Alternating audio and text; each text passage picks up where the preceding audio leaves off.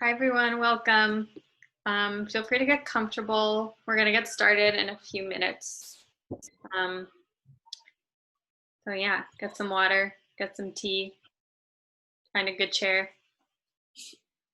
Ruth.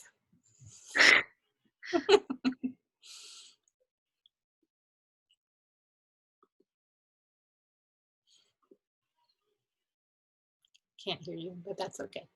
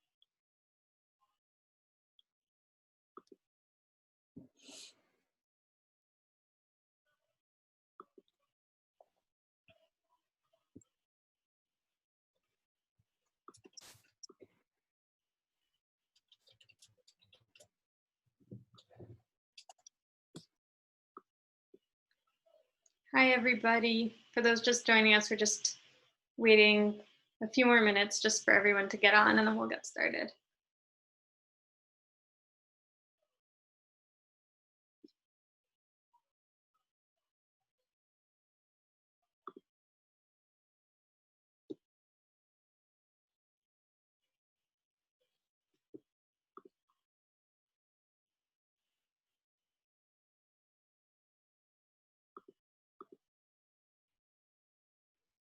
Just had a little earthquake.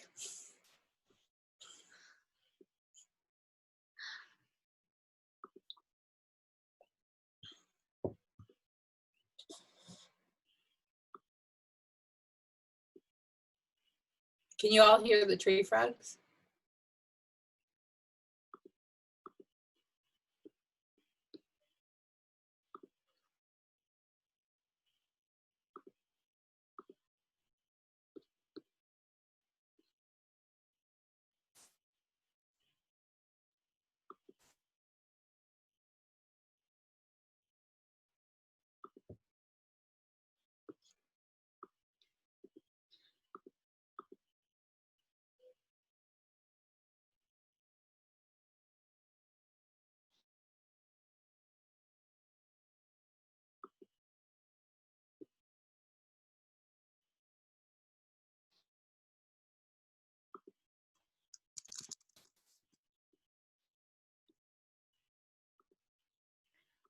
Okay, let's get started. Hi everyone, welcome. My name is Sophie Edelhart and I am a member of Jewish Voice for Peace, New York City.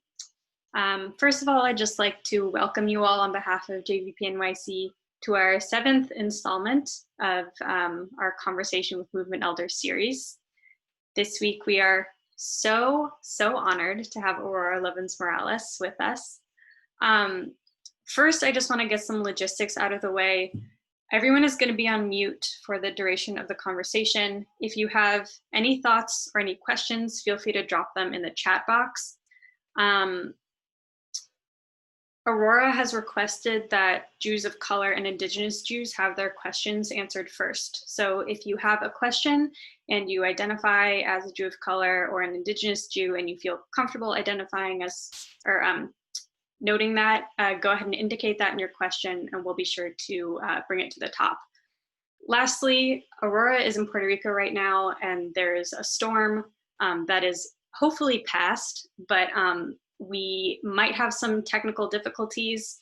Sound or video might cut out. So we just ask that you please be patient. We are going to try and get things handled as quickly as possible. So yeah, that's just some orientation to some of the tech that is going to be happening. To say a bit more about JVP, we are a national membership organization of Jews working to challenge Israeli state violence against Palestinian people. And we come together out of the conviction that Palestinian people, like all people, deserve dignity, justice, and freedom. One of the ways that we have been adapting our organizing during this pandemic is turning to the elders in our movement and learning from them. And in doing so, getting inspired and moved to continue our struggles. Which brings me to introducing Aurora. It is hard to know where to begin with Aurora's life and work. Aurora is a Puerto Rican Ashkenazi writer, storyteller, and liberationist whose work has come out of countless movements, including post-colonial feminism, environmental justice, disability justice, Latin American liberation and independence movements, Jewish solidarity movements. I could literally go on and on and on. She was born in rural Puerto Rico in 1954, and from there became involved in the women's liberation movement in Chicago, and later in San Francisco, where she broadcast a show on KPFA, Third World News Bureau, radio, and wrote for the feminist anthology, This Bridge Called My Back, along with a number of other prominent feminists of color. She was involved with New Jewish Agenda and was one of the founding members of JVP in its very early days, and is heavily involved in the Jews of Color Caucus. She recently returned to Puerto Rico, where she is continuing to advocate for disability and environmental justice and against colonialism, white supremacy, and imperialism. I don't think it is an exaggeration to say that Aurora is a visionary of our movement. We owe so much to her and to her work, and it is important for us to sustain her and her culture and political work. So in that spirit, we're going to ask all of you to become subscribers to Aurora's Patreon and continue to support her writing. It'll be linked in the chat. So if someone can drop the link, yeah. You can subscribe at different levels, and that'll help Aurora continue to do her incredibly important work for our movement. Lastly, I don't think we can continue this conversation as an anti-racist organization without mentioning the murder of George Floyd at the hands of the police in Minneapolis and the racist harassment of Kristen Cooper that took place in Central Park on Monday. I am going to pass it to another member of JVP, Talia Kamran, to lead us in Kaddish and say a few words, and then Aurora is also going to say a few words. Talia. Hi, y'all. Sorry, first of all, about my lack of being actually, like, you can not see me. My cameras are all messed up on all of my technology right now, which is great. But I'm really happy to see how many people showed out for Aurora. I wanted to lead us through Kaddish. I know that we don't know what the religion of George Floyd is, but this is how I like to mark mourning, and this is a moment of mourning. I am a Jew of color. I'm not Black, so I'm gonna refrain from saying too much. I think that you know, we're all here and we're all part of JVP or interested in JVP because we understand state violence and how it's constantly couched in racism. And yeah, I go after this and listen to some Black people reflecting on what happened. So if anybody wants to join me in Mourner's Kaddish, I'm going to recite it. I know that the mute function is different for different people, so feel free. I don't think that there's any problem with Zoom lags. Feel free to say it out loud with me if you want to. So יתגדל ויתקדש שמי רבה, בעלמד יברח חירותי וימליך מלכותי בחייכון וביומכון וחיי דכל בית ישראל, בעגלה ובזמן קריב ואמרו אמן. יהי שמי רבה מברך לעלם ולמי עלמיה. יתברך וישתבח ויתאר ויתרומם ויתנשא ויתהדר ויתעלה ויתעלה שמי דקודשה בריחו. לילה מן כל ברכתה ושירתה תשבחתה ונחמתה דאמירן בעלמה ואמרו אמן. יהי שלמה רבה מן שמיה וחיים עלינו ועל כל ישראל ועל כל יושבי תבל, ואמרו אמן.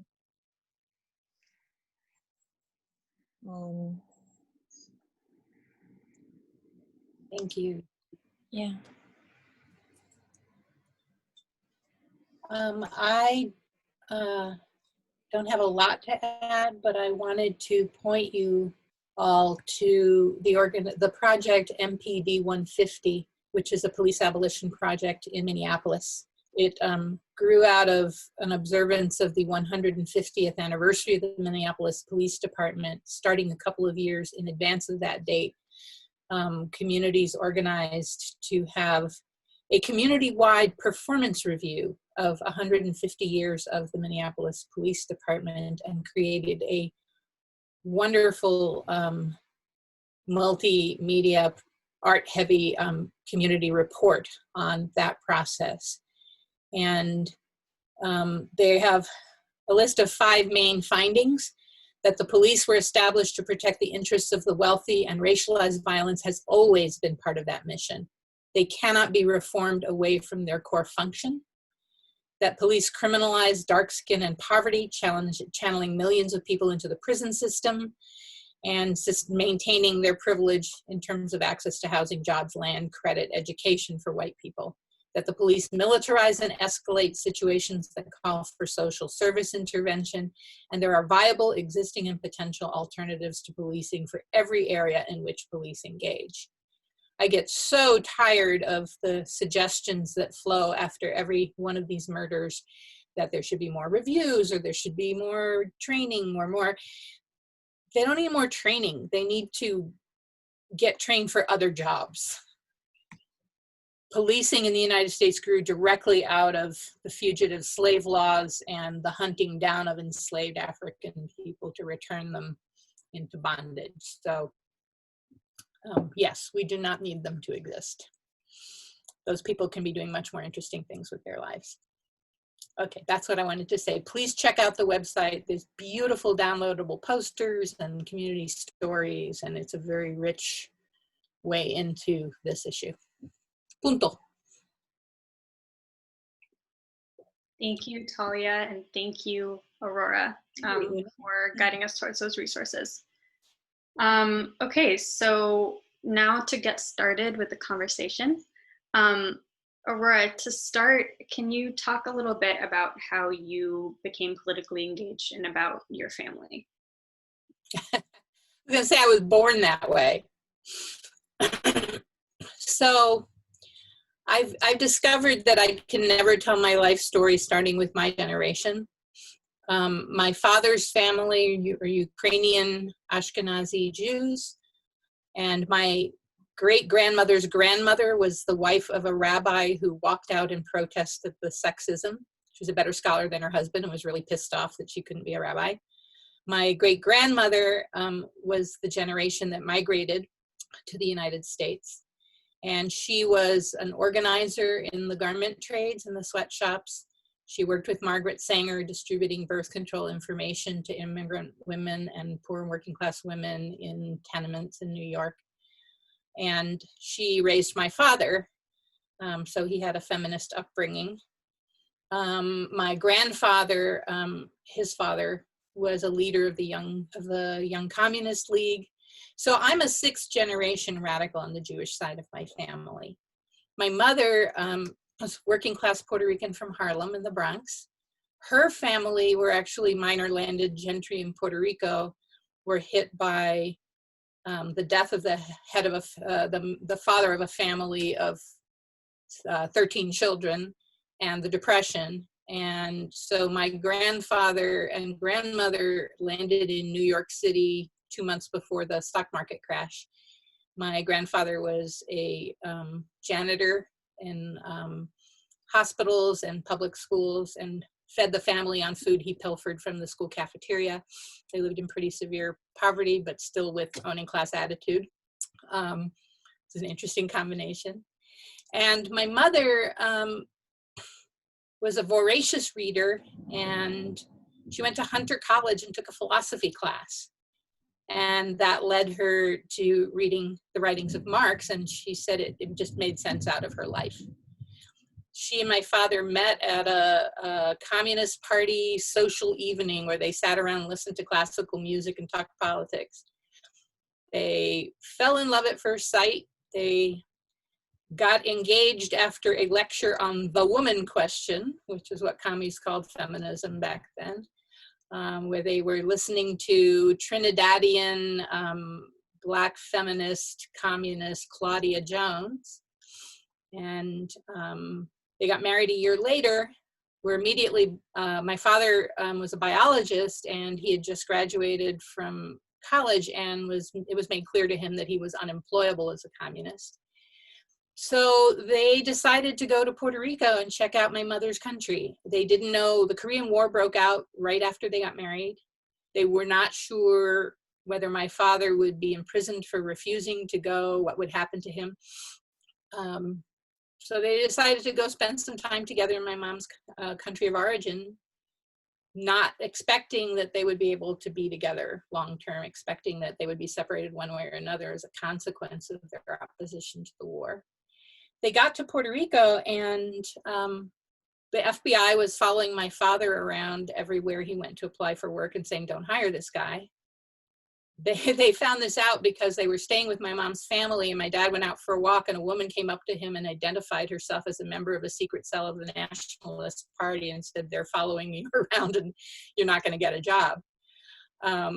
Their contact people in the Communist Party were an older couple. The woman, Jane Speed, was a white woman from Alabama who had essentially been run out of her home state because of her politics.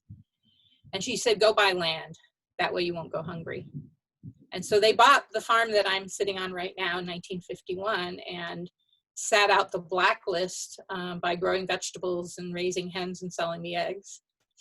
My father was not employable as a scientist during that period, but he was using the labs at the University of Puerto Rico to run some experiments. And the head of the biology department said, go get there's a job opening up pretty soon in this department. My dad said, I don't have an advanced degree. He said, go get one, I'll hold it for you, which was a very courageous thing to do.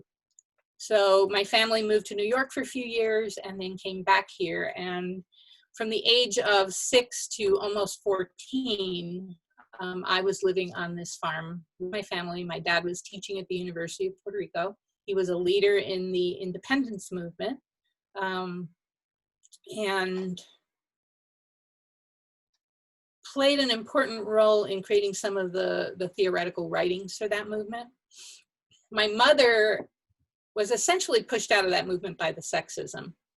She wrote a short story about an invisible woman who, when she says things, they immediately are attributed to her husband, and people are constantly sitting on her because they literally can't see her. So her experience of the Puerto Rican left was pretty bad. In 1964, my parents were invited to go to Cuba for my father to help create a biology department, a new biology department at the University of Havana. And that began my parents' lifelong involvement with Cuba. But my father, because of that and other things, was denied tenure at the University of Puerto Rico. So at the age of 13 and a half, my family moved to Chicago. My father got a job at the University of Chicago. That was a really severe culture shock for me. I had grown up within the Puerto Rican left and around my parents' political conversations, which they always included us kids in. I'd grown up reading revolutionary poetry from all these different places. We landed in Chicago in 1967, which was a really volatile time to be arriving. At that time, Chicago was the most segregated city in the United States. We were living in Hyde Park, the university community, which is like about 10 blocks by 10 blocks. And the borders were extremely explicit. You cross that street and you're in this gang's territory or that gang's territory. It was extremely polarized black-white in terms of how people were identified, and they didn't know what to make of Puerto Ricans. My brother and I were categorized differently based primarily on our hair because our skin color is identical. but he wore an afro that actually was most likely from the Jewish side of the family, the kinky hair. I was considered white, he was considered black. It was very confusing. The anti-war movement was in full force. My father was very active in that. And in 1969, my mother and I both joined the Chicago Women's Liberation Union. I was 15 at the time. I was the youngest member. And it's one of the great fortunes of my life, that intersection of the moment and the place. The Chicago Women's Liberation Union was one of a very well-organized chunk of the women's movement. And I was in a consciousness raising group with a group of women who were mostly 6 to 10 years older than me, shepherding me through that moment of adolescence when I was becoming sexually active, when I was having more independence from my family. And I got to be part of a huge conversation about gender politics, about patriarchy and sexism, and go through a process in which we talked about our own life stories, saw the resonances between those stories, and had these aha moments in which we understood that our personal struggles were systemic. And that's the moment organizers always strive for in whatever we're doing, is that shift from I'm having this problem because of someone else, an individual, or because I'm messed up in some way, to, oh, we're not the problem. The problem is how things are set up.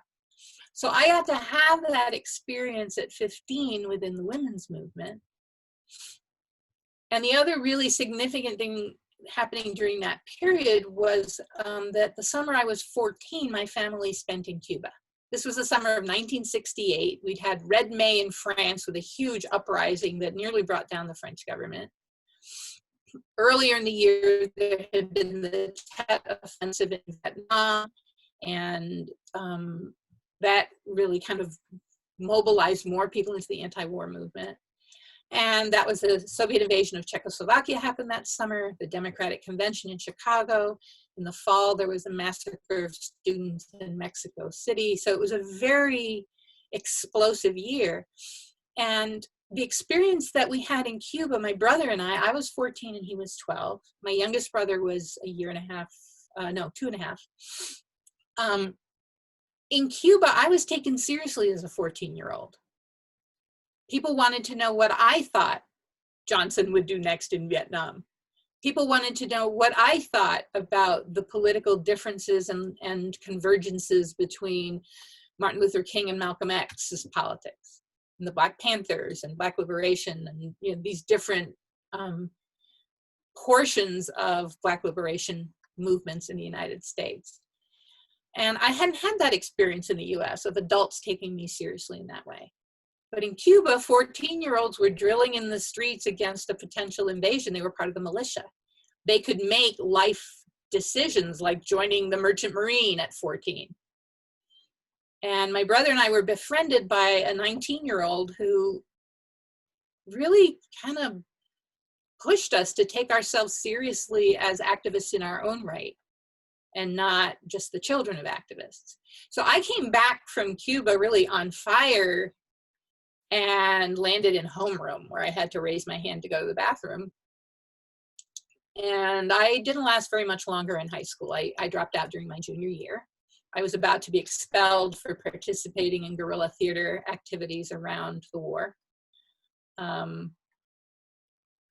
And I immersed myself both in my writing and in feminist and anti-war. Sorry, my text message is going on. Feminist and anti-war organizing. When I was 16, my father was part of a delegation of radical scientists to Hanoi. There had been a temporary lull in the bombing of Hanoi, so it was relatively safe for him to go. But one of the things that distinguished me and my family from other people in my generation who were involved in the anti-war movement was that they saw themselves as against the war, and my family really saw ourselves as on the other side. I had grown up listening to Radio Hanoi rebroadcast through Radio Havana on our radio in Puerto Rico. My father came back with stories from Hanoi that were really deeply moving. At one point, he lectured to an underground classroom of the University of Hanoi, and he said, well, what do you want me to talk about? And they said, evolutionary theory. They said they wanted to be prepared for winning, that they wanted to know how to ask questions that couldn't be answered with weaponry. They said, one guy said to him, my grandfather fought the Japanese, my father fought the French, we're fighting the Americans, you can't stop planting gardens. So the stories that my father brought back were also very politicizing. So, you know, when you ask the question, how did I get politicized? It was like layers and layers and layers and layers of things. Starting from, you know, I went to my first Communist Party meeting when I was 2 weeks old. The Puerto Rican nationalists attacked the US Congress when I was 5 days old, and there were roundups of leftists in Puerto Rico, including my father was arrested for about a day. But people they were close to were arrested for longer. So I was born right into the mix, but then I had the opportunity to have a whole layers of experiences, many of which were not available to most of the other people I knew. That I got to be in Cuba as a teenager, that I got to hear firsthand stories from Hanoi, that my parents were very closely involved in support for the Black Panther Party in Chicago. When Fred Hampton was assassinated in 1969, my father was one of the first people who was called to go witness the state of the apartment and to see the evidence of a police murder before it got disappeared. So when I woke up for school that day, my father had already come back and told me what had happened. I got a front seat view of a lot of very intense political moments. And they shaped how I saw my place in the world. I started writing when I was very young, and my parents were really into reading poetry aloud. They had this book, 1001 Poems of Freedom, and it really stretched the definition. Some of them were not really freedom poems. But when I was 12 or 13, I read Pablo Neruda's poems about the Spanish Civil War. And it was called Spain in My Heart. And there was one poem in particular, I explain a few things, where he talks about his role as a poet. And he says, you ask me why I'm no longer writing about the volcanoes of my native land or the rain making pinholes in the lilac blossoms. Let me tell you what happened to me. I lived in a neighborhood of Spain, and he describes very beautifully what this neighborhood was like. And then he talks about the bombing happening. And one day everything's in flames and exploding. And the blood of children ran through the streets, simply like children's blood. So when you ask me why I'm not writing those poems anymore, come see. I also grew up on the poetry of Bertolt Brecht. And he has a poem where he says, which I no longer agree with, and he just did my ecologist father, but it says, oh, what a time it is when to speak of trees is almost a crime, for it is a kind of silence against injustice. But at that point in time, you know, Brecht didn't understand how much the trees were involved in the injustice. But my sense of literature and what it was for was really shaped by reading radical writers. And then at 15, when I was in the women's movement, there was an explosion of writing by feminists. I got a little hand-printed book that somebody brought back from California with lots of people who were later famous. That was the period when it was considered bourgeois individualism to put your name on a poem. So the names of all the contributors are in the back, but not attached to their poems. But I understood that the role of poetry in the world in moments like that was to tell certain kinds of truths. And then the women's movement poetry gave me one set of permissions about what I could write about, the critique of what was supposed to be and not supposed to be the content of literature. And I also discovered in my high school library the poetry of Nicolás Guillén, Afro-Cuban poet who was a national poet of Cuba for a while. he had broken the stranglehold of sort of traditional formal Spanish poetry on Cuban literature. And he wrote poetry that was to the rhythms of Afro-Cuban dance and in the language of the people of the Black Cuban barrios. And it sounded like my neighbors.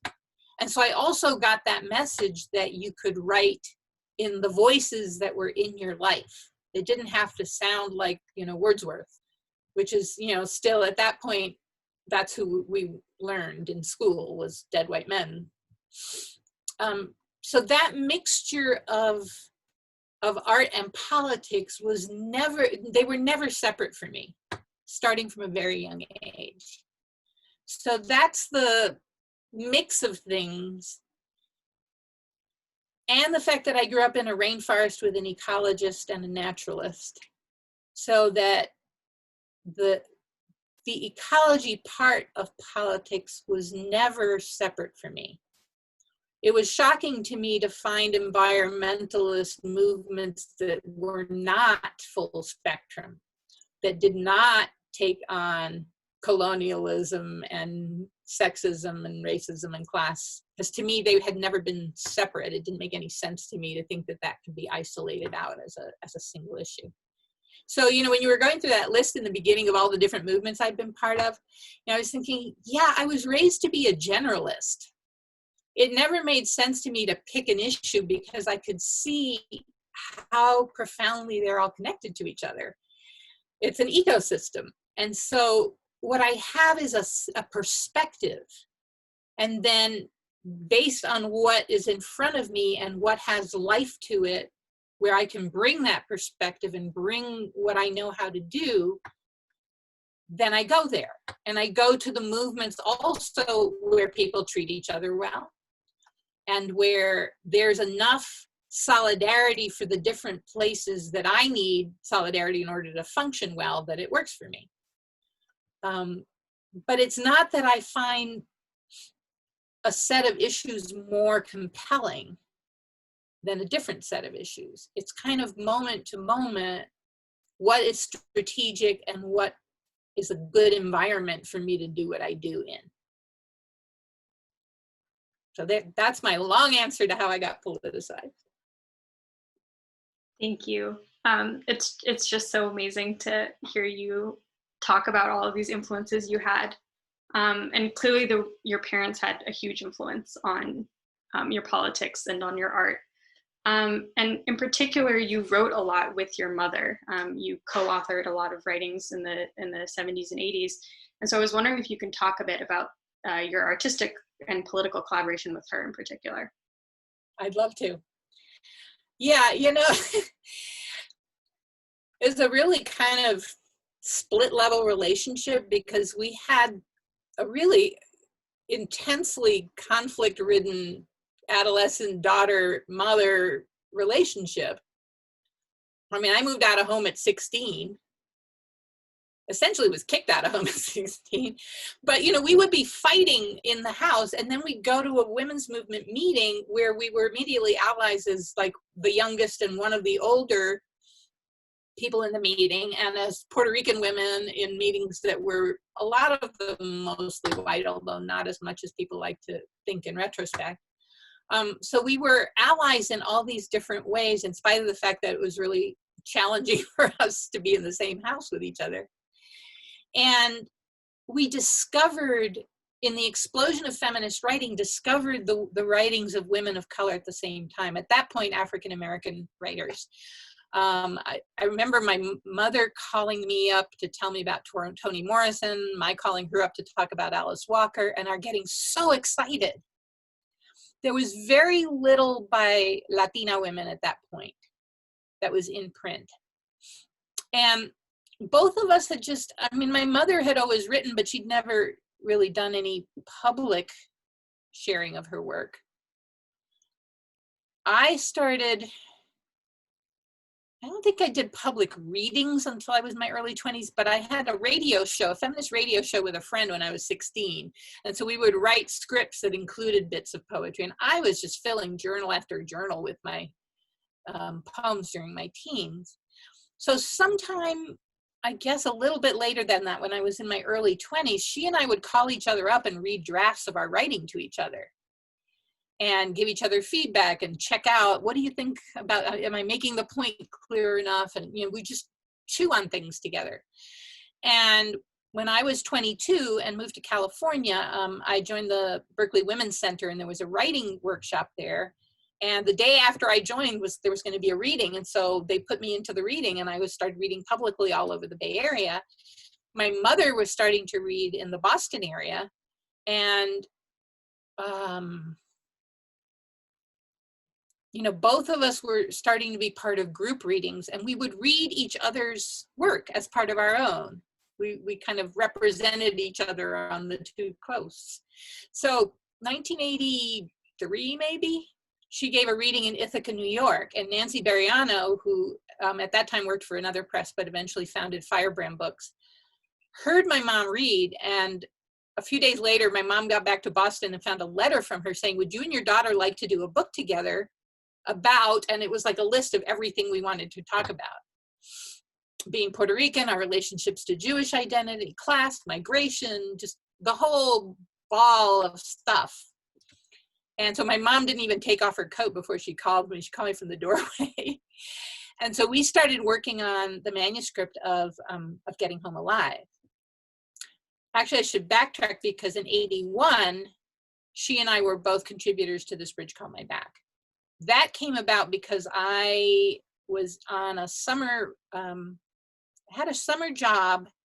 Diana Russell, white South African feminist investigator, researcher, got funding to do the first ever randomized study of the incidence of rape, which she did in San Francisco.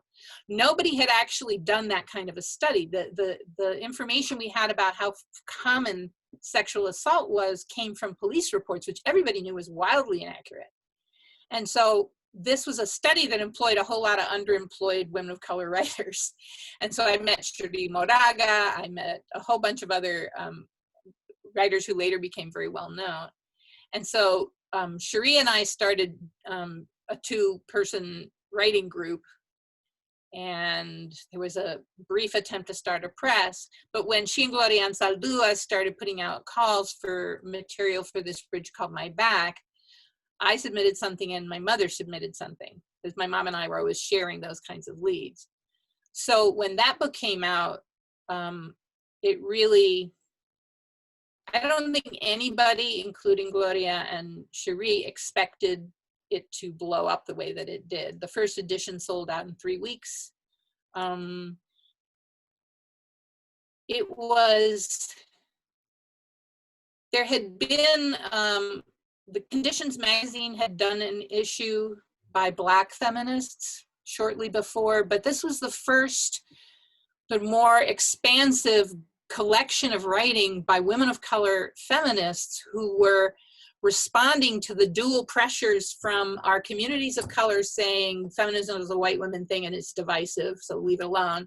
And the white feminists who were saying, what are you doing hanging out with the guys in your communities? All women unite and forget about race.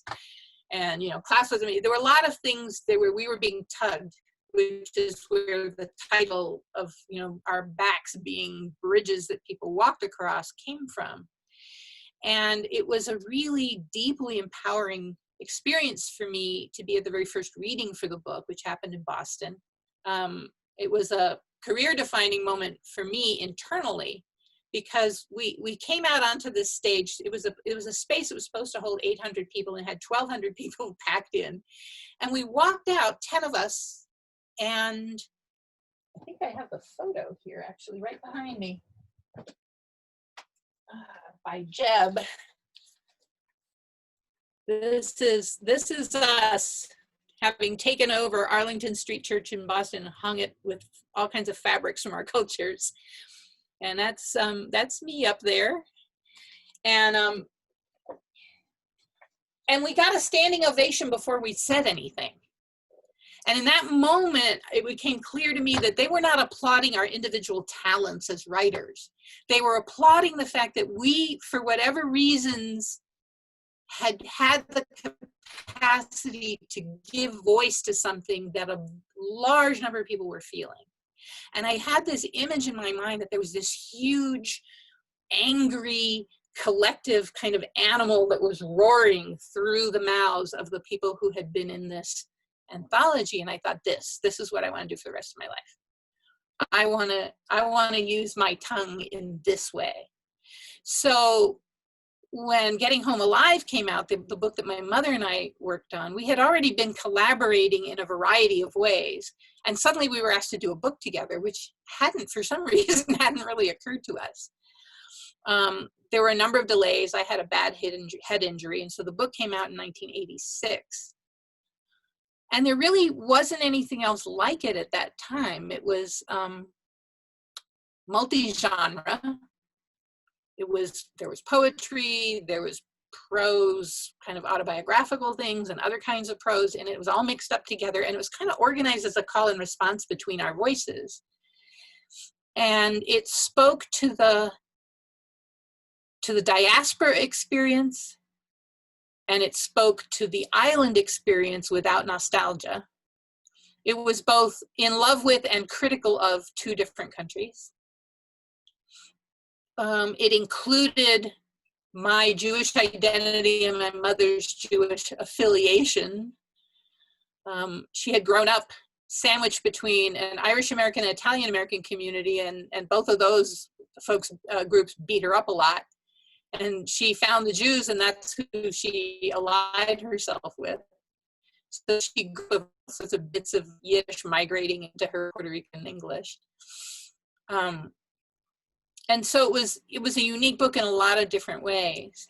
And it was permission giving to a lot of other people. I had the experience of people coming up to me and with battered copies and saying that they carried it around with them all the time because they'd never seen themselves in books before. And my mother and I both, in different ways, brought breakthroughs in that book. My mom, it's also the reverse of what people expected, and people confuse our stories a lot still.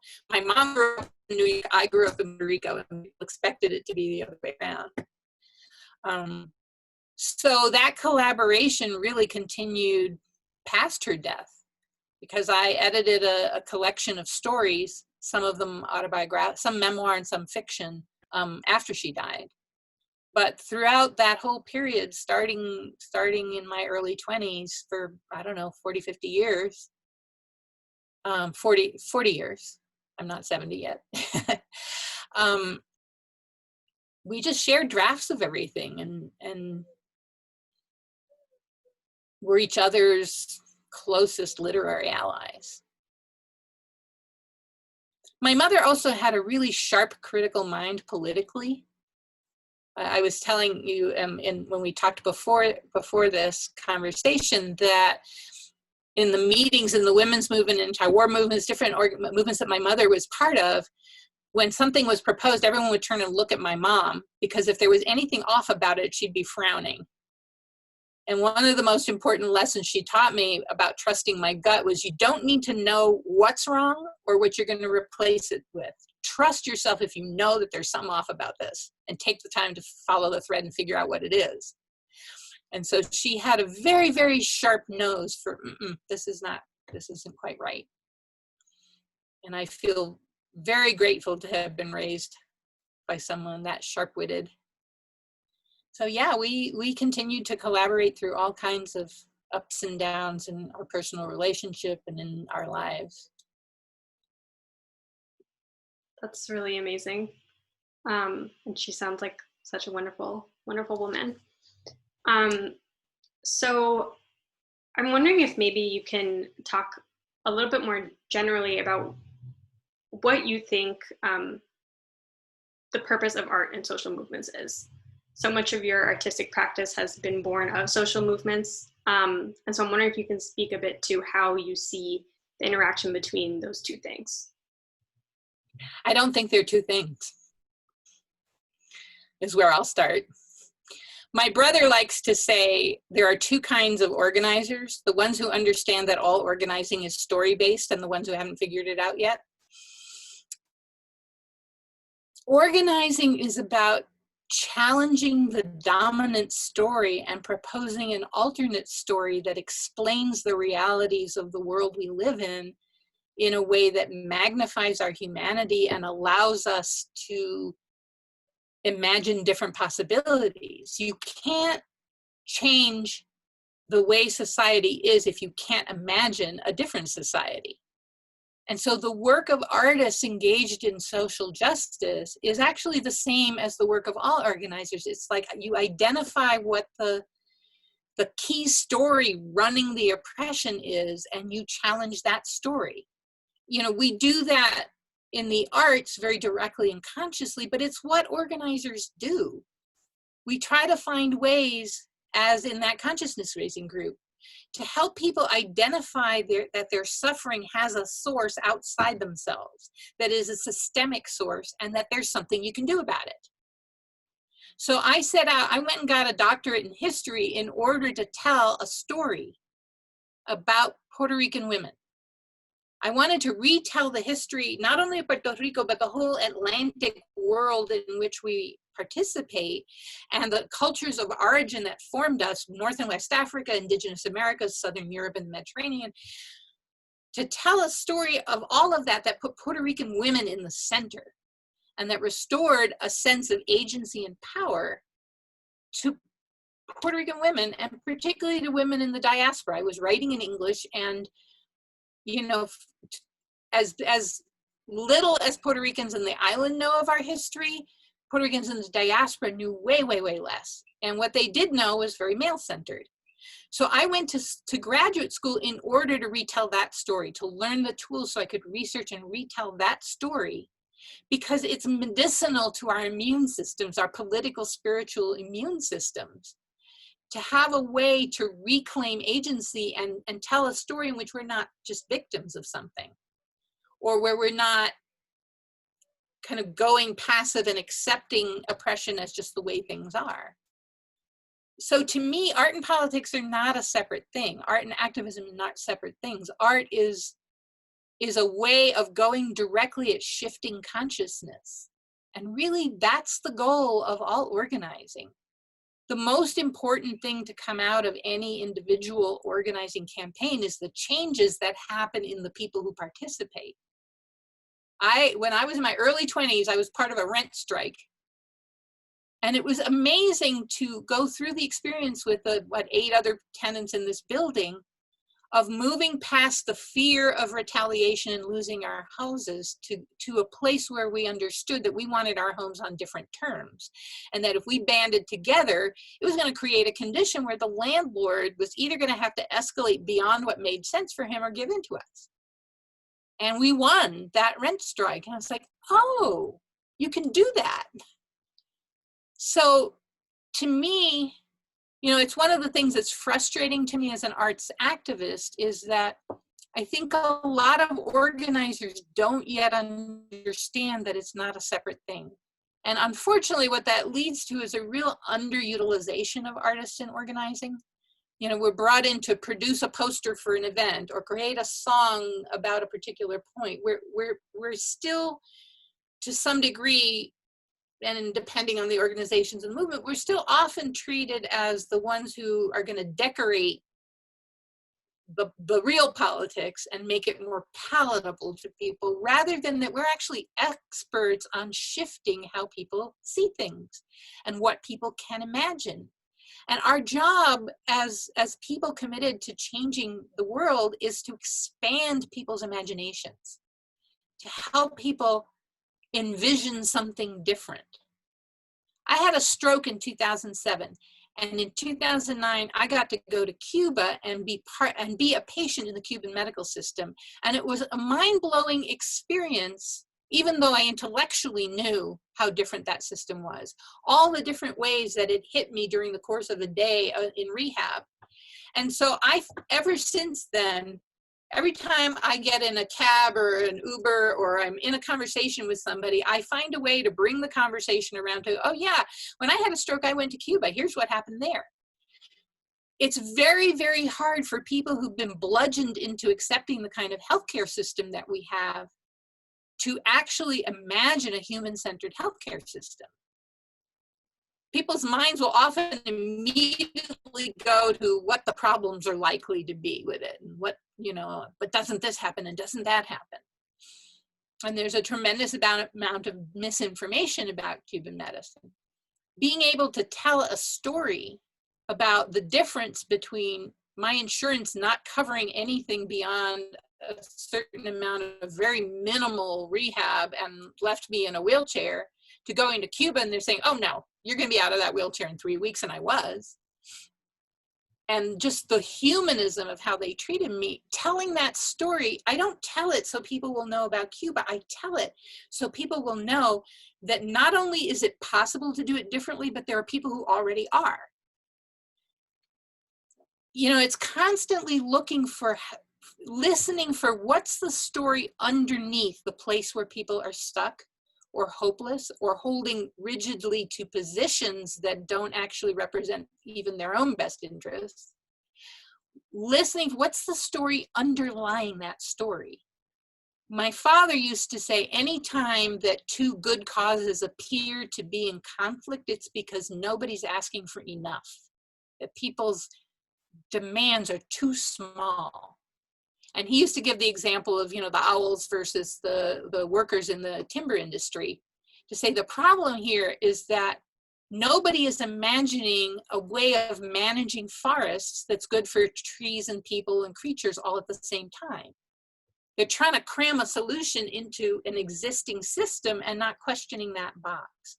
So our job, both as organizers, as artists committed to social justice, is how do we expand what people think is possible? Because once you think that something bigger is possible, it's really hard to cram yourself back into the box. So, you know, the really fundamental question that I'm constantly posing is, what if? But what if we could? But what if we win? Let's imagine what winning might actually feel like. You know, what if we could shift this or that or the other thing? So for me, art and activism are not, people ask, how do you combine them? What's the relationship? And I go, no, wrong question. It's all of us are engaged in, you know, what Fidel Castro called the war of ideas. Too militaristic for me, but it really is about how do we think about humanity and what's possible for us. All of us are carrying huge amounts of trauma around that lead us to be very cynical about human nature, which we have been told is, you know, that we eat each other alive. It's not. We're wounded a lot in our places of hopefulness. And there's a difference between hopefulness and optimism. There's a difference. It isn't about let's cheer everybody up. It's about what's the real basis of possibility that we can be constantly invoking. And how do we do that in everything we do, in every interaction that we have? Yeah, that. I'm sure I'll have more to say about it when you give me another question. But that was a better answer than I could have asked for. I was quoting you. So I guess I want to shift a little bit. And I know on Friday we were talking about this question of the stories that lie underneath. And in particular, like how we carry that question into talking about organizing in the Jewish world. And so I was wondering if maybe you could talk a little bit about your history organizing in the Jewish world, being involved with New Jewish Agenda and with JVP and with the Jews of Color Caucus, but also the work you're doing today around interrogating questions of whiteness and American Jewish identity. That was big. I'm sorry, but take those things one at a time. Oh my. All right, well, this is going to last a week. Let me think for a minute where I want to start. I guess I start from the fact that I grew up in a radical Jewish family, but isolated from Jewish community on a farm in Puerto Rico. And so I was telling you that it was a shock for me as a young person to discover that Pete Seeger was not Jewish. I kind of thought all radicals were Jews and all Jews were radicals. And so discovering that there were right-wing Jews and that there were non-Jewish radicals was all, I had to rearrange my inner world. But it was really when I came to the Bay Area in my early 20s, it coincided with a number of things. There were a small number of Jewish artists who were performing, poets and musicians, visual artists, who were creating art around Palestine solidarity. Were not organized, it was really loose networks of people. I had grown up, there was never, my immediate family, there was never any hint of Zionism. We were internationalists. We, you know, as a child, we had posters from Cuba about Palestine solidarity on the wall. I did Palestine, I saw Puerto Rico. I was like, okay, well, that's obviously a colonial situation. And so that bypassed a bunch of the complexities, but it was never a conflict for me.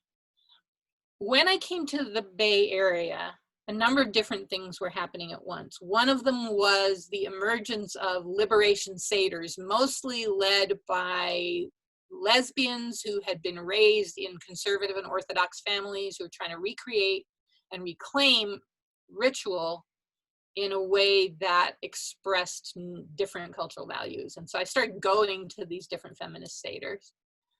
I also became involved a little bit later in reevaluation counseling and learned from Ricky Sherover Marcuse, who was doing a lot of work combining anti-racism work and work around anti-Semitism, and really looking at the impact of historical trauma on Jews, and really trying to talk systemically about the interrelationships between racism and anti-Semitism. And this was, you know, in the early 80s. That was not happening that much. New Jewish Agenda appeared and seemed like an obvious place for me to be. In 1980 or 81, I was working at La Peña Cultural Center in Berkeley, which was established by political exiles from Chile, doing mostly Latin America solidarity. And there were a ton of Jews there, mostly white Jews, but also a few Latinx Jews like me. And so we decided to do a Latin American oriented liberation Seder, which I wrote the Haggadah for. And so I started being drawn into radical reworkings of Jewish ritual at the same time that Sabra and Shatila massacres had happened. There were a variety of different kinds of protests happening, really not yet that cohesive. Most of the Jewish organizations that were around me didn't have room for me, either because of my being a Jew of color or because of Israel-Palestine politics. Also because of class. And so, you know, there were these little clusters of us beginning to do the work. New Jewish Agenda for a few years was around and was a kind of precursor to a lot of what came later. But I was also really integrating the thinking from the co-counseling world about the details of internalized oppression. What does that actually look like for different populations of people? Pretty sophisticated analyses of that. And so, you know, that combined with having grown up with very humanist, radical parents. When I was 10, my father said, there are no bad people, only bad choices.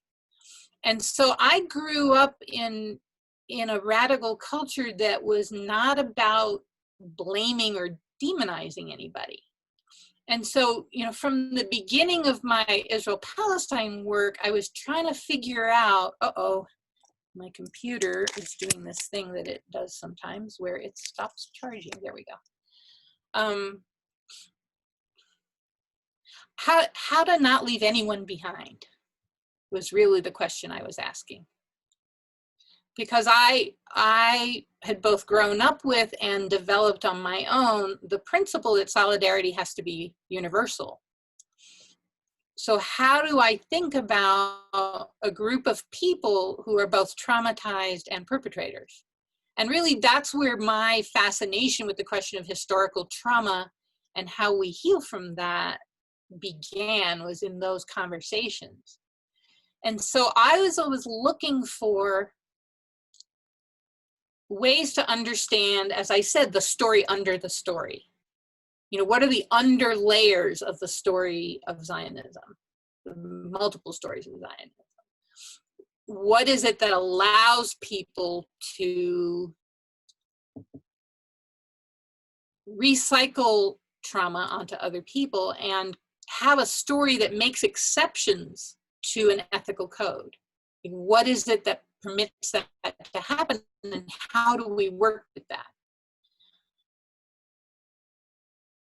So, you know, that was really what I was moving within. For a long time, there was no organization within which to do that work. And then JVP was born, bless its heart.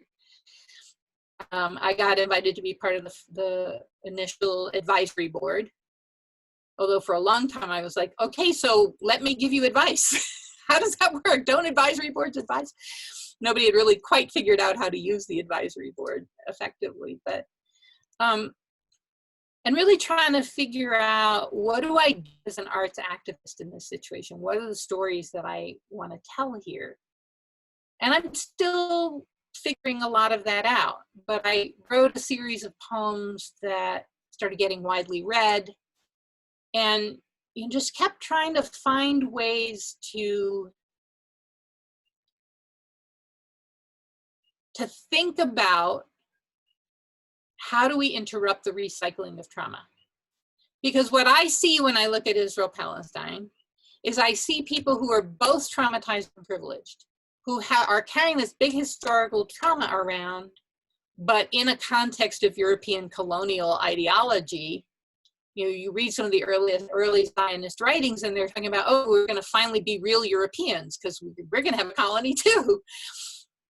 So how do you pull apart the threads of that and find, where's the point that expands the sense of what's possible for people who have become convinced by a number of different historical things converging that the only way to avoid being victimized is to dominate?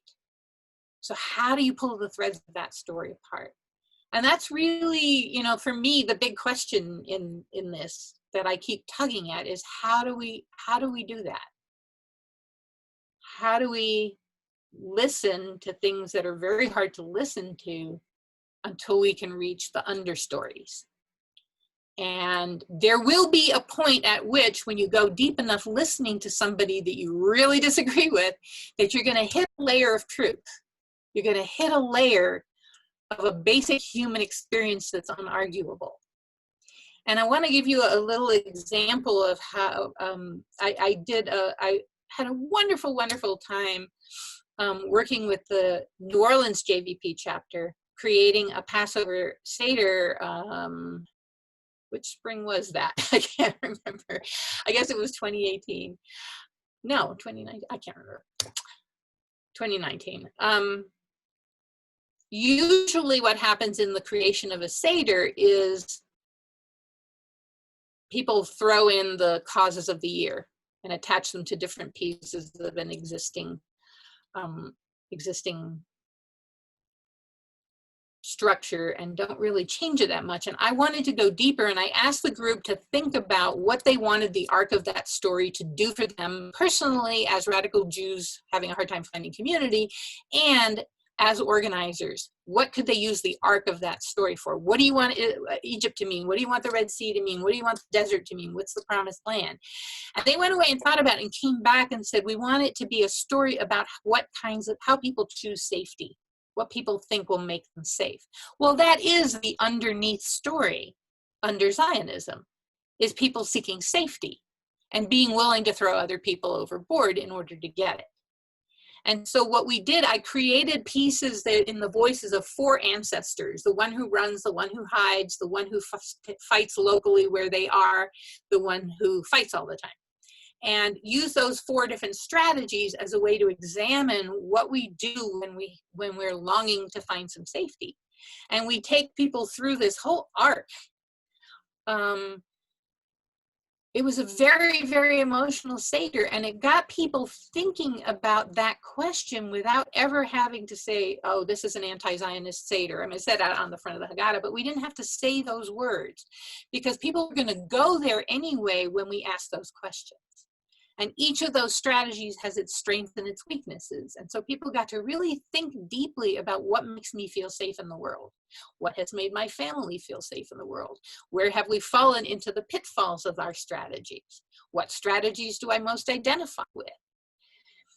Through the course of, I did a bunch of consulting with that chapter, and through the course of that process, a number of people, there were a couple of people in particular who had, in between our meetings, had gone home and spent time with family. And one person talked about listening to her father and talking about this question of safety. And at the end of the conversation, her father saying, I can't really put my trust in solidarity, but I'm glad you do.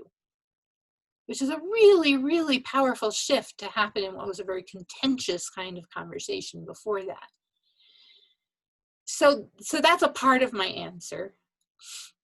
You know, I've been a kind of showcased Jew of color for most of my public life. People are constantly asking really annoying questions like, well, are you more the Puerto Rican or more Jewish? You know, which part are you, which part, you know, really kind of the stupid questions that come out of an excessive belief in categories of identity. But there began to be community around, you know, there's an emerging movement of Jews of color in this country. Oh my gosh, such great questions happening over here. I'm being distracted.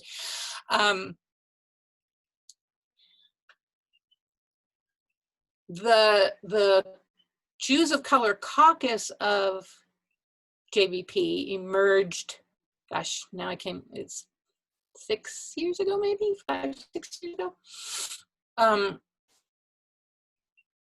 There was also the national convening of Jews of color. There have been a bunch of different projects and organizations popping up over the last 5, 6 years. And so there's a really different kind of conversation happening about racism among Jews and about racist and settler assumptions about Jewish identity in the United States. And it's become clearer and clearer to me, even though it's not like it's a new revelation, but the depth of it has become clearer and clearer to me, the degree to which assimilation into US whiteness is a major obstacle to either assimilation into or exclusion from, but our identity, US Jewish identity being formed around white settler identity, really immobilizes, ties up Jewish capacity to fully engage in the crisis of the planet right now, and in really to fully engage systemically with oppression in all the ways that we need to if we're going to shift the world before it burns up around us. And, you know, to really do a deeper kind of examination of our collective relationships to those two things, to white supremacy and to the process of settling on indigenous land. You know, how can Jews fully identify ourselves with the climate work that is very much involved in awareness of the land in which we are, if we're not addressing indigenous sovereignty, if we're not addressing what happened to our European ancestors when they landed in the middle of a slave-based economy, an economic structure entirely built on indigenous genocide and the enslavement of millions of West African people. And, you know, for my ancestors, I was invited to write a piece for Evolve, the journal of the Reconstructionist movement, about inclusion, about what that meant.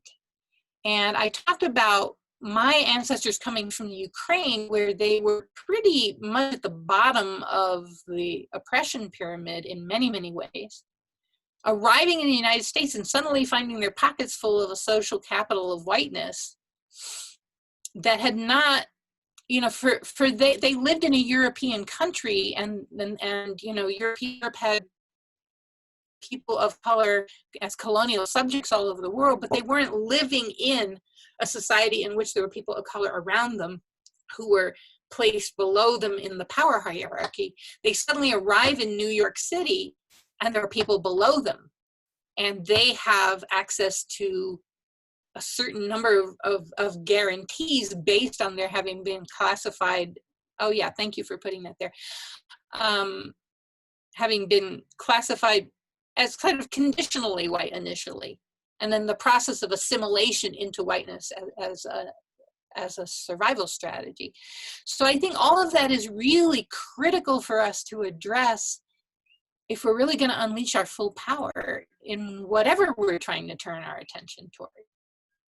So I'm actually going to be teaching a course at the Reconstructionist Rabbinical College next year, looking at white settler identity, both in terms of, you know, often what the first instinct of people of white Jews trying to address racism is, well, let's learn about Jews of color lives. Let's, you know, read some writing and learn about the experiences of Jews of color. And that's not a bad thing to do, but it leaves intact the centering of white settler identity as normal and allows a certain amount of exoticizing of Jews of color to just continue unchallenged. And so I proposed actually having people do a pretty deep dig into their own family stories in relationship to whiteness, in relationship to being settlers, at the same time that we're reading the writings of Jews of color about white supremacy and settler colonialism and Jewishness. And to really, you know, this is a generation of rabbis that are going to need to be leading through the decade in which we either shift things so that the worst consequences of the climate crisis don't befall us, or they do. So it's a generation of spiritual leaders in Jewish communities that really need to have this firmly in their hands and be really consciously unbinding US Jewish identity from white supremacy and from settler colonialism identities. Doesn't mean you suddenly declare yourself not to be white, which has been a confusion, but to really pull apart that historical process and shift our relationships based on that. So to me, that's totally bound up, inseparable from the Israel-Palestine work. One of the things that's interesting, you know, as Jews of color doing Israel-Palestine work, it feels very different. We identify differently with Palestinians, with the different Jews of color in Israel-Palestine. We have a different relationship to the entire struggle than white Jews do. We're not in the same danger of falling into savior complex. We understand how deeply it's about white supremacy. We understand, we have relationships to those struggles in which we understand exactly how our liberation is tied up with the liberation of Palestinians and with racial justice in general in Israel-Palestine. So the leadership of Jews of color in Israel-Palestine work isn't just a matter of, it would be nice to include us. It's a shift in strategy. Different things will happen with us leading. Importantly, different things will happen with us leading. It will, with Jews of color leading this work, will also provide opportunities for white Jews to shift internally in ways that are going to be incredibly liberating for everybody.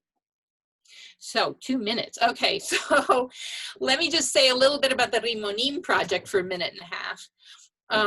It's an odd thing for a child of atheist communist Jews to be writing liturgy, but then again, it's not.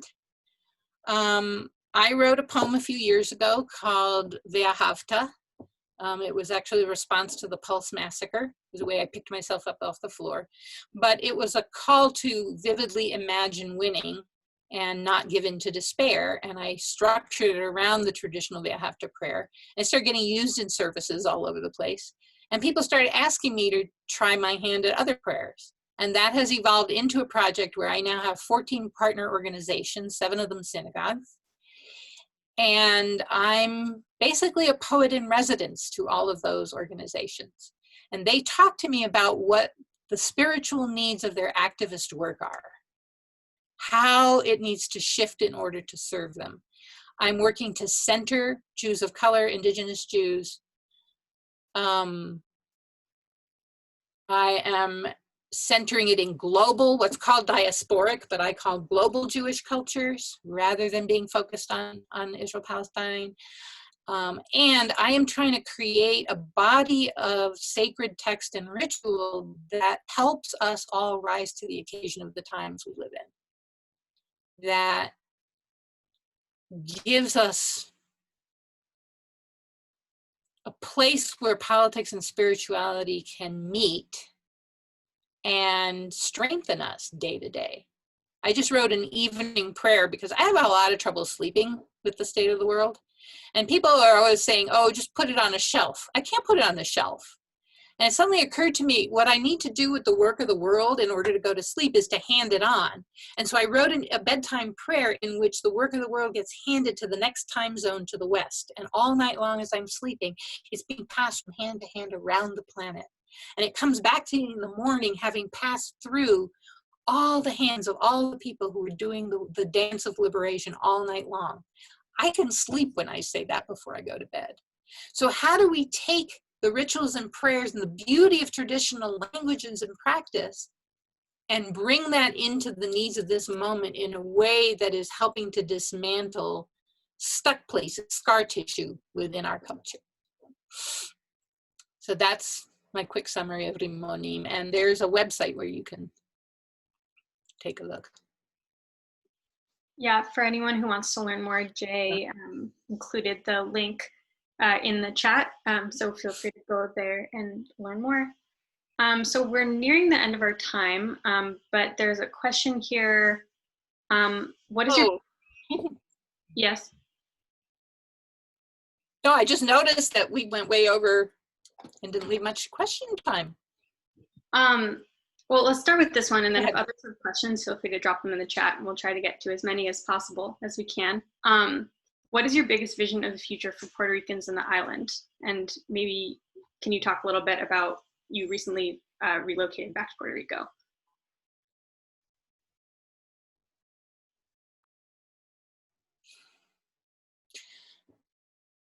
Yeah, I was called home.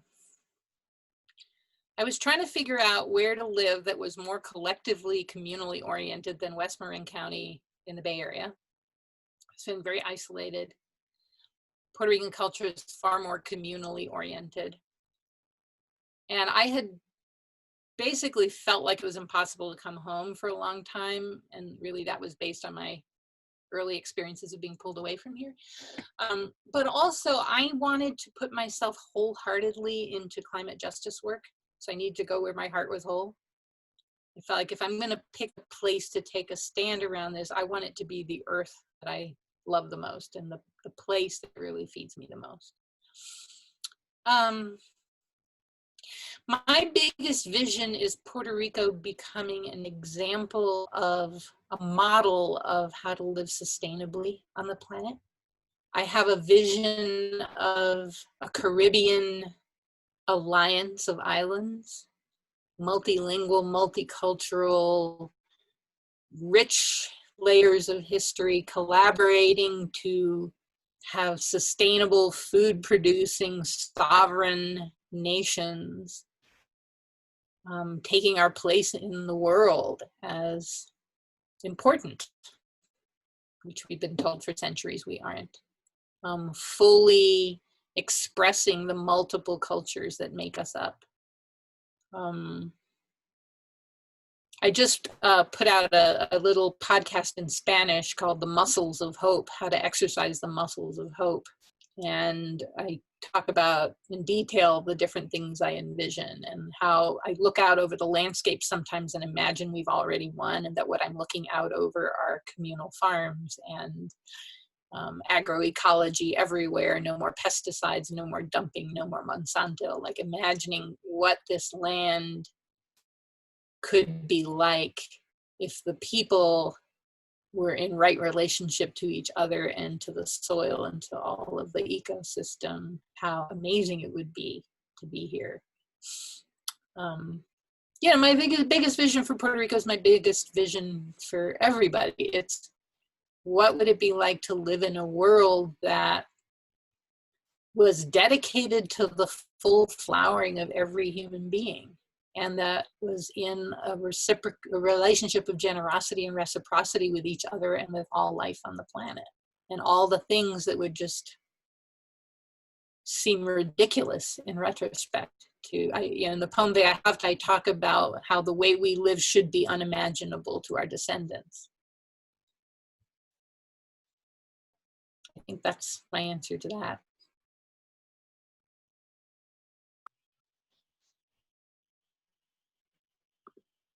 Okay, so if anyone has more questions, feel free to drop them in the chat.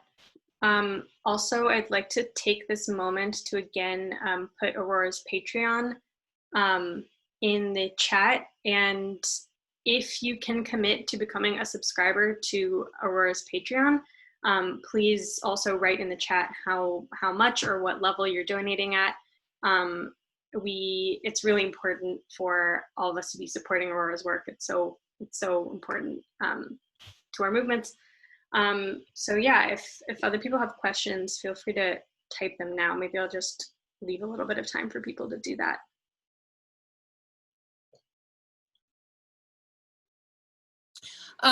Somebody asked in the notes there about if I had resources addressing trauma survivors who become perpetrators.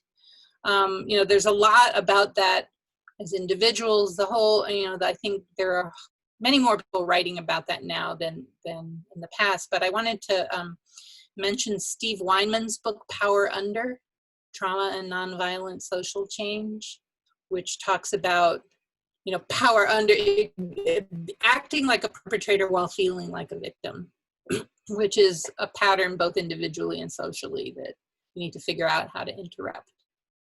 And one of the things that's very exciting to me about the healing justice movement is really attempting to take on historical trauma as it expresses itself individually and socially. How do we really take that seriously as a movement? Because it seems to me that it's the biggest obstacle, that people acting on unresolved trauma, the emotional states of trauma as navigational tools are really, really terrible idea. And we don't yet as the movement have strong enough, broad enough strategies for addressing trauma, which is often what underlies people's worst arguments. The feelings of profound insecurity, the distrust of other humans. One of the projects I'm working on right now is to really take on the mythology that violence and greed are hardwired into us as human beings, that they're evolutionary imperatives. It's nonsense. There's a whole lot of science supporting that, and I want to turn that science into poetry so that it's stories that people can absorb, that really we're hardwired to be cooperative. And most of the time, that's what people's instincts are. There was a study of cultures that initiate war, and the single largest correlation that the researchers found by a big amount, was a prior history of unpredictable disasters. that when people have things coming out of the blue at them, like this didn't apply to like seasonal flooding, it applied to volcanic eruptions and earthquakes and things that they could not have predicted, that there's a kind of collective red alert that inclines people to sort of preemptively attack what they think is coming at them. What Victor Lewis called preemptive retaliation. Hit before the thing that you imagine is going to happen. So, you know, it's something I think as movements really need to figure out how to tackle. And I'm trying to do some of that with the sort of meta stories that we have about what's possible for humankind. The allure of being involved in struggle. Yeah, this whole sort of male-dominated militaristic history of the left.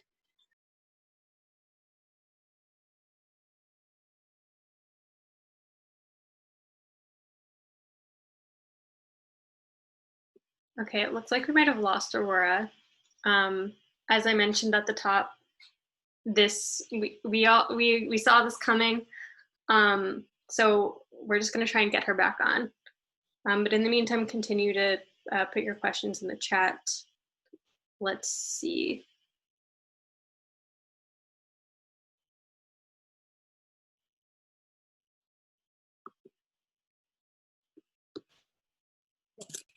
Okay, I couldn't unmute myself there for a minute. Can you hear me?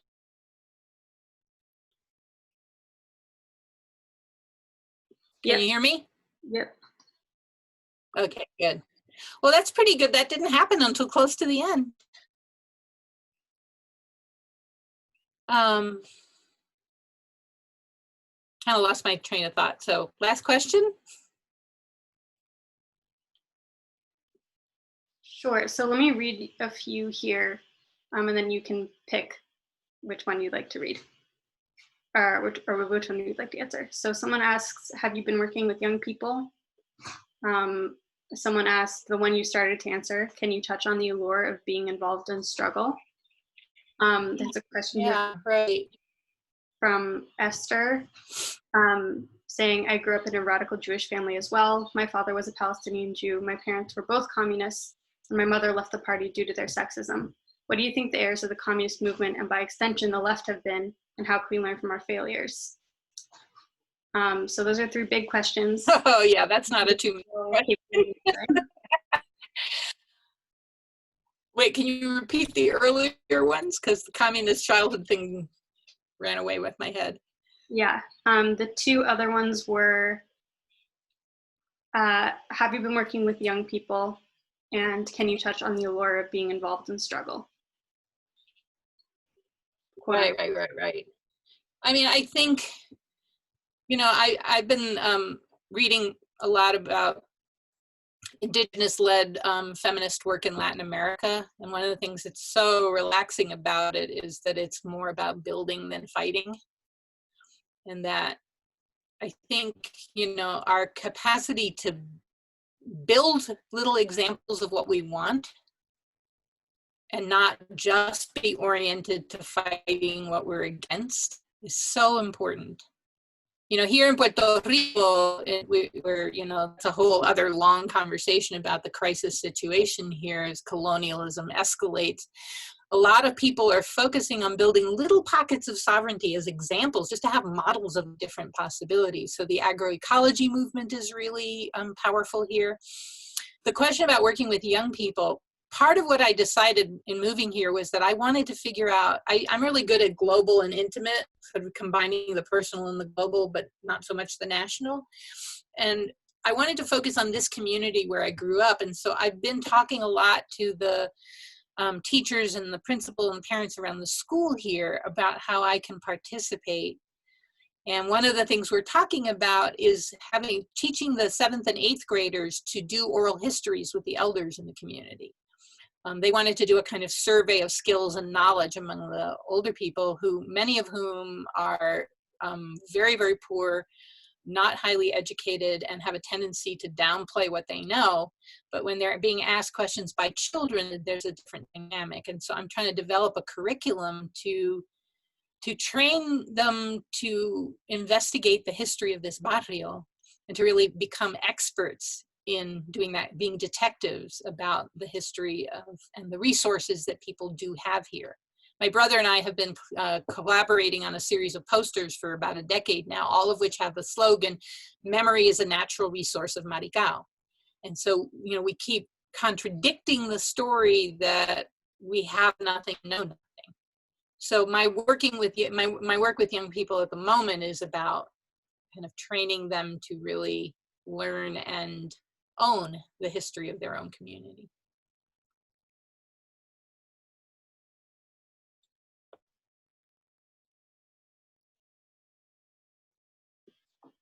So we're at time, but I wanted to offer Aurora the chance to sort of say any closing words before we all hop off.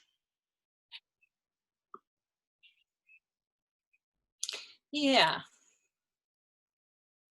Here's what I think is really, really, really important.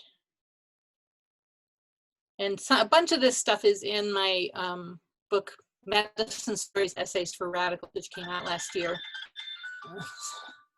Turn my phone off. Somebody's trying to reach me in the middle of this.